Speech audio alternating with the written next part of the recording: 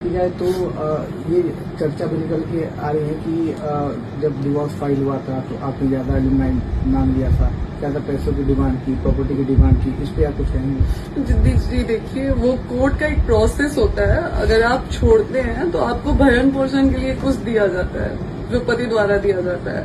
अगर आप पता नहीं कैसे लोग हैं, समझते नहीं है कि अगर मैं ना भी मांगूं तो मुझे मेरे पति में जो है वो मेरा अधिकार बनता है, तो मेरा अधिकार है वो, और मैंने मांगा नहीं है। अगर ऐसा कुछ होता तो वो एक प्रोसेस होता है जो पत्नी के भरण पोषण के लिए दिया जाता है।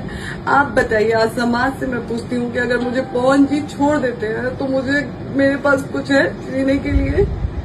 मैं बीए फर्स्ट ईयर में थी जब मेरी शादी हुई थी, तो मुझे तो अपनी पढ़ाई भी पूरी करने का टाइम नहीं दिया गया। यहाँ पे पापा से बोला गया कि पेपर था जब मेरी शादी हुई थी, उसके 10 दिन बाद मेरा एग्जाम था। मुझे बोला गया कि आपको आगे हम लोग शादी के बाद पढ़ने देंगे, और शादी के जस्ट बाद हमसे बोला गया कि आप अपने पापा को फोन करके बोल दीजिए कि आप नहीं पेपर नहीं देना चाहती हैं। पवन सिंह से शादी हुई है आपकी, आप आगे पढ़ेंगी, लोग क्या कहेगा? ये सारी चीजें ऐसे दबाव देके मुझे पढ़ने भी नहीं दिया गया। अगर जिस तरीके से देखा जाए कि आपके हिसाब से चीजें नहीं होती हैं, जो आप चाहती हैं वो चीजें नहीं हो पा रही हैं, अगला मूव मैम आपको क्या है?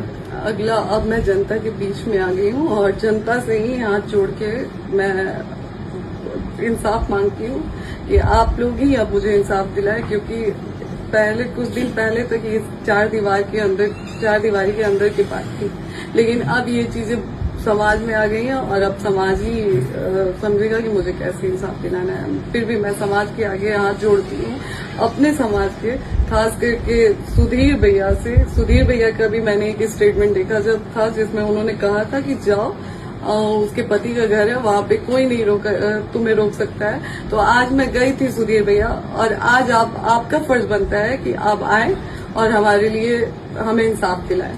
खास करके सुधीर भैया से, बृजभूषण भैया जी से, और धनंजय भैया जी से, सुशील भैया से, ब्रिजेश भैया से हाथ जोड़ के विनती करती हूँ।